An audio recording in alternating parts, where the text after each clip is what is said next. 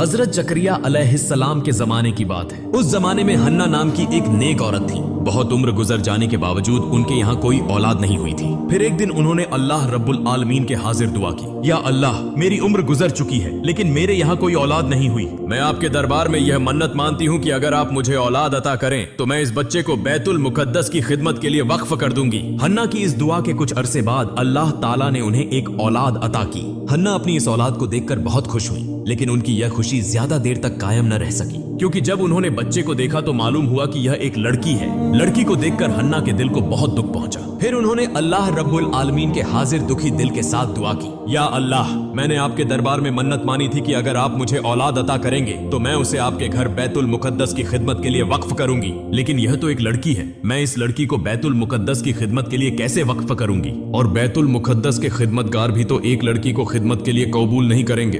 हन्ना की यह दुखी दुआ सुनकर अल्लाह रब्बुल आलमीन ने उन्हें तसल्ली दी। ए हन्ना, तुम शायद इस बात पर गमगीन हो कि तुम्हारे यहाँ एक लड़की पैदा हुई, हालांकि तुम एक लड़का चाहती थी, लेकिन जान लो कि यह लड़की एक आम लड़की नहीं है। यह दुनिया के बहुत से मर्दों से भी ज्यादा अजीम मकाम रखती है। और जहाँ तक बैतुल मुकद्दस की खिदमत का ताल्लुक है, इस बारे में तुम फिक्र न करो। तुम इस लड़की की परवरिश करो और जब यह खिदमत के काबिल हो जाए तो उसे बैतुल मुकद्दस ले आना, मैं उसे कबूल करूंगा। अल्लाह रब्बुल आलमीन की तरफ से यह तसल्ली पाने के बाद हन्ना मुतमिन हो गई। फिर उन्होंने अपनी इस बेटी का नाम मरियम रखा। हन्ना ने अल्लाह रब्बुल आलमीन के हाजिर दुआ की, या अल्लाह, मरियम को और उसकी नस्ल को अपनी रजा के लिए कबूल फरमा लीजिए और उन्हें शैतान के शर से महफूज रखिए। हन्ना ने मरियम की 7 साल तक परवरिश की। उस जमाने में बैतुल मुकद्दस के इमाम हजरत जकरिया अलैहिस्सलाम थे। जब मरियम 7 साल की हो गईं, तो उनकी माँ हन्ना उन्हें हजरत जकरिया अलैहिस्सलाम के पास ले गईं। उन्होंने कहा, ए अल्लाह के नबी, मैंने मन्नत मानी थी कि अगर अल्लाह मुझे औलाद अता करेंगे तो मैं इसे अल्लाह के घर की खिदमत के लिए वक्फ करूंगी, लेकिन बदकिस्मती से मेरे यहाँ एक लड़की पैदा हुई। मैंने 7 साल तक उसकी परवरिश की। अब मैं अपनी मन्नत पूरी करने के लिए इस लड़की को आपके हवाले करने आई हूँ। बराए करम इसे कबूल करें और बैतुल मुकद्दस की खिदमत के लिए मौका फराहम करें। हजरत जकरिया अलैहिस्सलाम ने हन्ना की दरख्वास्त पर बैतुल मुकद्दस के तमाम खिदमतगारों को बुलाया और कहा, आप लोगों में से कौन है जो इस लड़की की परवरिश की जिम्मेदारी कबूल करेगा? बैतुल मुकद्दस के खिदमतगारों ने मरियम रजी अल्लाह अन्हा के चेहरे पर एक नूर की झलक देखी और हर एक उनकी परवरिश की जिम्मेदारी लेने के लिए बेताब हो गया। हजरत जकरिया अलैहिस्सलाम के दिल में भी मरियम की परवरिश की ख्वाहिश थी, क्योंकि मरियम की खाला उनकी बीवी थी। उन्होंने बैतुल मुकद्दस के खिदमतगारों को दलीलें देकर कहा, आप सब सुने, इस लड़की की परवरिश के लिए सबसे मुफीद शख्स मैं हूँ, क्योंकि इसकी खाला मेरी बीवी है। लेकिन बैतुल मुकद्दस के खादमों ने हजरत जकरिया अलैहिस्सलाम की इस तजवीज को रद्द कर दिया और कहा, ए जकरिया, हम सब के दिल में इस बच्ची की परवरिश की ख्वाहिश है, इसलिए यह दलील कि इसकी खाला तुम्हारे घर में है तुम्हें इसकी परवरिश की जिम्मेदारी लेने का हक नहीं देती।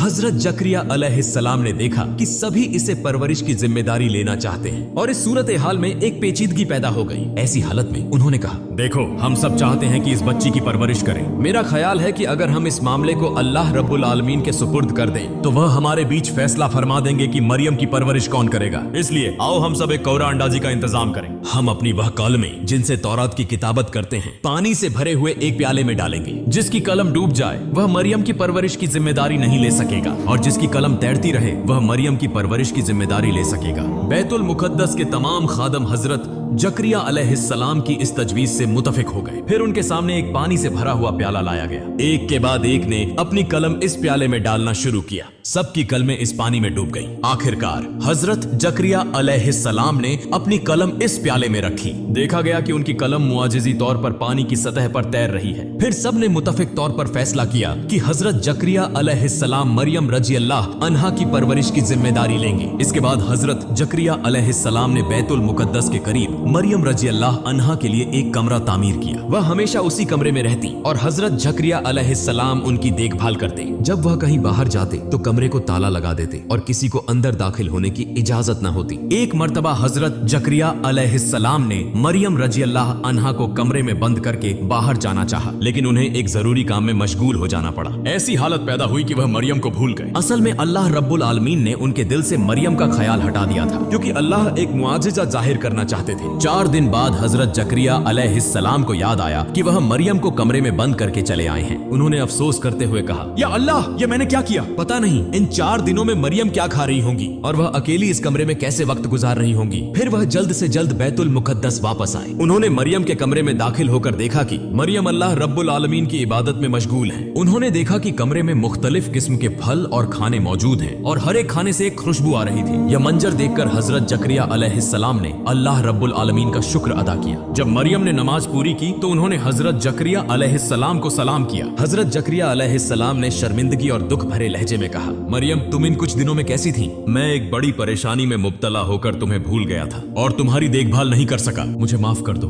तब मरियम ने कहा, आप क्या कह रहे हैं? मैं कुछ समझ नहीं रही। आप तो सुबह मुझे इस कमरे में छोड़कर गए थे और अब दोपहर होने से पहले ही मुझसे पूछ रहे हैं कि मैं इन कुछ दिनों में कैसी थी। सिर्फ एक दिन ही तो हुआ कि मैं इस कमरे में हूँ। हजरत जकरिया अलैहिस्सलाम मरियम रजी अल्लाह अन्हा की यह बात सुनकर बेहद हैरान और शशदर रह गए। फिर जकरिया अलैहिस्सलाम ने उनसे पूछा, मरियम, तुम्हारे पास यह इतना खाना, फल और इतने खूबसूरत खाने कहाँ से आए?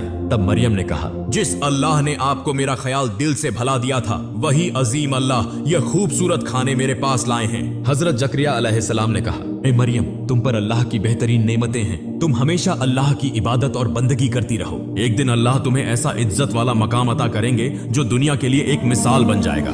इसी तरह मरियम रजी अल्लाह अन्हा बड़ी हुई और एक वक्त आया जब वह बालिग हो गई। पहली बार हैज के बाद उन्होंने गुस्ल किया और जब वह अपने कमरे की तरफ वापस जा रही थी तो अचानक उनके सामने एक लंबे कद वाला और चमकदार चेहरे वाला शख्स जाहिर हुआ। हजरत मरियम ने फौरन अपने चेहरे को ढांप लिया और उसके पास से गुजरने लगी। जब वह शख्स उनकी तरफ बढ़ा तो मरियम ने कहा, हे अल्लाह के बंदे, तुम अल्लाह से डरो। मैं तुम्हें नहीं जानती और न ही यह समझती हूँ कि तुम मेरी तरफ क्यों आ रहे हो।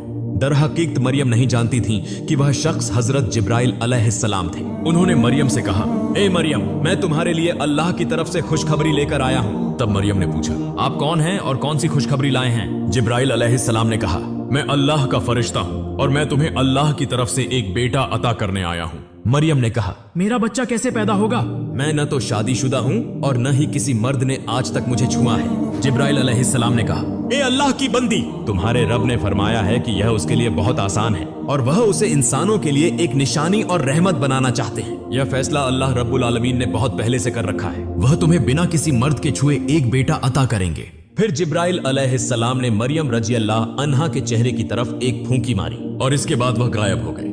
मरियम ने फौरन महसूस किया कि उनके जिस्म का वजन 2 गुना बढ़ गया है। इसके बाद वह बेहद फिक्रमंद हो गईं और अल्लाह के हुस्न में सजदे में गिर पड़ी। उन्होंने कहा, हे अजीम अल्लाह, आपने मुझ पर ऐसी सख्त आजमाइश डाल दी कि अगर यह लोगों के सामने जाहिर हो गई तो मैं उनके लिए काबिले मजम्मत बन जाऊंगी। इसके बावजूद मैं आपकी दी हुई जिम्मेदारी कबूल करती हूँ, लेकिन दुनिया में किसी और इंसान को ऐसी सख्त आजमाइश में न डालना। ऐसी आजमाइश में बहुत से लोग ईमान से महरूम हो जाएंगे। ए मेहरबान अल्लाह, मुझे इस आजमाइश में सरखरू होने की तौफीक अता फरमा। मुझे सब्र करने वालों में शुमार कर दे और मेरी तमाम मुसीबतें आसान कर दे। कुछ दिनों बाद बनी इस्राइल के बीच हजरत मरियम रजी अल्लाह अन्हा के हामिला होने की खबर फैल गई। तब एक समूह आया और उन्हें धमकी देते हुए कहा, मरियम, सच बताओ, तुम्हारे पेट में मौजूद बच्चे का बाप कौन है? तुम एक कन्या हो, किसी मर्द के छुए बिना तुम हामिला कैसे हो सकती हो? लिहाजा सच बताओ, वह मर्द कौन है जिसने तुम्हारे साथ गुनाह किया? अगर तुम उसका नाम बता दो तो हम उसे मुनासिब सजा दे सकते हैं। इस पर हजरत मरियम ने उनके सवाल का जवाब दिया, मैं कुछ नहीं जानती।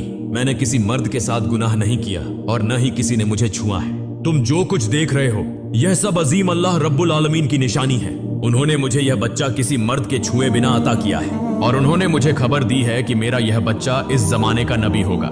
इसके अलावा मुझे कुछ नहीं मालूम। इसी दौरान एक नौजवान बोला, दिन रात मस्जिद में इबादत के बहाने कमरा बंद करके तुम किसी और मर्द के साथ गुनाह करती हो और अब वह राजफाश हो चुका है। अब विभिन्न बहानों से सच्चाई को छुपाने की कोशिश कर रही हो। सच बताओ, तुमने किसके साथ गुनाह किया?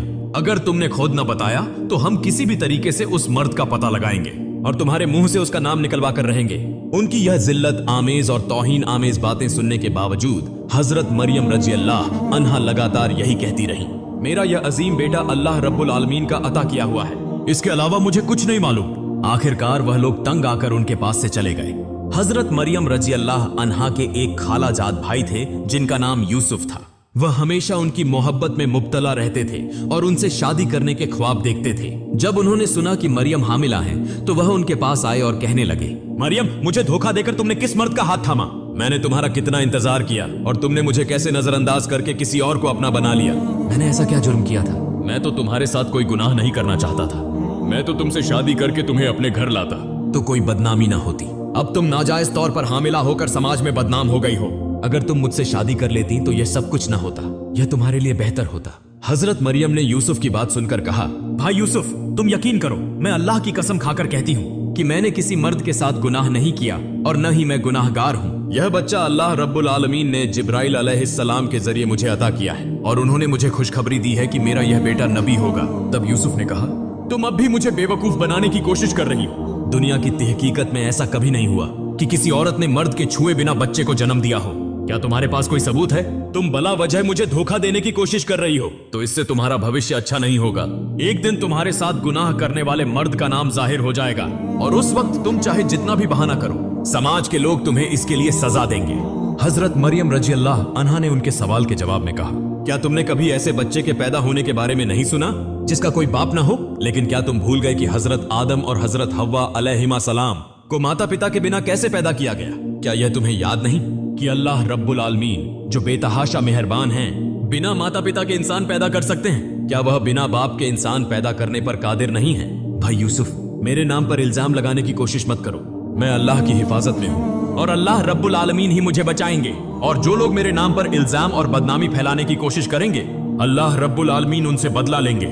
यूसुफ ने हजरत मरियम रजी अल्लाह अन्हा की आखिरी बातें सुनकर बहुत डर महसूस किया। फिर वह कहने लगा, बहन, मैं तुम्हारा दुश्मन नहीं हूँ। अगर तुम्हारी बातें सच हैं, तो मैं तुम्हारी मदद करूंगा और तुम पर इल्जाम लगाने वालों को सजा दूंगा। लेकिन इससे पहले मुझे तुम्हारी सच्चाई के लिए कोई सबूत चाहिए। हजरत मरियम ने कहा, इसके लिए तुम्हें कुछ दिन इंतजार करना होगा, तब तुम्हें यकीनन मेरी सच्चाई का सबूत मिल जाएगा। इसके बाद यूसुफ ने हजरत मरियम रजी अल्लाह अन्हा से रुखसत ली और हजरत मरियम फिर से अल्लाह रब्बुल आलमीन की इबादत में मसरूफ हो गई। उन्होंने अल्लाह से गिड़गिड़ा कर दुआ की, ऐ रहम के समंदर, तुम समंदर को पहाड़ और पहाड़ को समंदर बना सकते हो। तुम फकीर को बादशाह और बादशाह को फकीर बना सकते हो। लिहाजा मेरे इस मुश्किल वक्त में मेरी बेइज्जती करने वालों को तुम खुद समझा दो। मैं इस तहमत की शिद्दत को और बर्दाश्त नहीं कर सकती। उसी वक्त हजरत जिब्राइल अलैहिस्सलाम हजरत मरियम के पास आए और कहा, ऐ मरियम, निराश मत हो, तुम पर अल्लाह की रहमत है। लोगों के ताने से तात्कालिक रूप से न घबराओ, अल्लाह जल्द ही इल्जाम लगाने वालों को मुनासिब जवाब देगा। तुम इल्जाम लगाने वालों को जवाब देने में अपना कीमती वक्त बर्बाद मत करो। हमेशा अल्लाह की इबादत में मसरूफ रहो। अल्लाह हर हालत में तुम्हारी हिफाजत करेगा। इसी तरह हजरत मरियम रजी अल्लाह अन्हा रोते हुए 10 महीने और 10 दिन बिताती रही। फिर एक दिन अचानक उनके दर्द एजा शुरू हो गए। तब वह घर से निकलकर एक बड़े मैदान की तरफ रवाना हो गई। वह रेगिस्तान जहां हजरत मरियम रजी अल्लाह अन्हा बच्चा पैदा करने के लिए गई, उस जगह का नाम बैत अलाम था। यह जगह बैतुल मुकद्दस से 12 मील दूर थी। वहां पहुंचकर उन्होंने एक खजूर के पेड़ के नीचे पनाह ली। तब उनके दर्द एजा की तीव्रता बढ़ गई। एक तरफ दर्द एजा की तीव्रता और दूसरी तरफ लोगों के ताने का डर। इसी वजह से हजरत मरियम रजी अल्लाह अन्हा बेहद बेचैन हो गई और कहने लगी, ए अल्लाह, काश मैं इस दुनिया में पैदा ही ना हुई होती। काश लोग मुझे भूल चुके होते तो कितना अच्छा होता। इसके बाद हजरत मरियम रजी अल्लाह अन्हा ने एक खूबसूरत बेटे को जन्म दिया। वह परेशान ख्यालात में मबतला थी और उनकी मदद के लिए कोई मौजूद न था। तभी अल्लाह के फरिश्ते हजरत जिब्राइल अलैहिस्सलाम वहां नाजिल हुए और हजरत मरियम के पास एक खूबसूरत जन्नती चश्मा जारी कर दिया। फिर उन्हें हिदायत दी, ऐ मरियम, इस चश्मे के पानी से पियो और दरख्त की खजूरों को खाओ। हजरत मरियम रजी अल्लाह अन्हा ने जैसे ही खजूर खाने की ख्वाहिश की, दरख्त की शाखें झुककर उनके करीब हो गईं। उन्होंने हल्के से दरख्त की शाख को हिलाया और ताजा खजूरें नीचे गिरने लगी। फिर हजरत मरियम ने खजूरें खाईं और चश्मे का पानी पिया, जिससे उनकी हालत बेहतर हो गई। इसके बाद हजरत जिब्राइल अलैहिस्सलाम ने फरमाया, ऐ मरियम, तुम अपनी तहमत के बारे में फिक्र न करो। अगर लोग इस बच्चे के बारे में तुमसे कुछ पूछें तो उन्हें इशारे से बता देना कि तुमने रोजा रखा हुआ है। बनी इसराइल के दौर में रोजा रखने की हालत में बोलना मना था। अल्लाह रब्बुल आलमीन की कुदरत से यह बच्चा खुद उनके सभी सवालों के जवाब देगा। हजरत मरियम रजी अल्लाह अन्हा अपने नवजात बेटे को गोद में लेकर बेहद सुकून और इत्मीनान महसूस करने लगी। उन्होंने मोहब्बत से बच्चे के चेहरे की तरफ देखा। तब छोटे हजरत ईसा अलैहिस्सलाम ने फरमाया, ऐ मेरी माँ, आज आप मुकम्मल हो गई हैं, लेकिन आज आपको मुबारकबाद देने के लिए कोई इंसान आपके पास मौजूद नहीं है। इसलिए सबसे पहले मैं आपको सलाम पेश करता हूँ और मुबारकबाद देता हूँ। मेरा सलाम और मोहब्बत दिल से कबूल कीजिए। हजरत मरियम रजी अल्लाह अन्हा अपने नवजात के मुंह से ये मुजिजाना बातें सुनकर हैरान हो गईं। उन्होंने कभी तसव्वुर भी नहीं किया था कि उनके बच्चे की जबान से इस तरह की बातें सुनेंगी। इसके बाद उन्होंने अल्लाह रब्बुल आलमीन का बार बार शुक्र अदा किया। फिर हजरत मरियम रजी अल्लाह अन्हा नवजात बच्चे को गोद में लेकर बैतुल मुकद्दस की तरफ रवाना हो गई। कई दिनों की मुसाफत के बाद वह वहां पहुंची। बनी इसराइल के लोग यह खबर सुनकर हंसने और मजाक करने के लिए वहां जमा हो गए। उन्होंने उनसे सवाल किया, ए मरियम बताओ, एक गैर शादीशुदा कन्वारी औरत होकर तुमने यह बच्चा कैसे जन्म दिया? मरियम ने इशारे से उन्हें समझा दिया कि मैं रोजे से हूँ, इसलिए बात करना मेरे लिए जायज नहीं। अगर तुम्हें कुछ पूछना है तो मेरे इस नवजात बच्चे से सवाल करो, वह तुम्हारे सभी सवालों के जवाब देगा। तब वे कहने लगे, हाय मरियम, तुमने नाजायज बच्चे की हकीकत छुपाने के लिए रोजा रखा है और अब हमें कह रही हो कि एक नवजात बच्चे से बात करें। क्या तुम्हें धोखा देने का यही तरीका मिला? क्या यह बच्चा बोलना जानता है कि वह हमारे सवालों के जवाब देगा?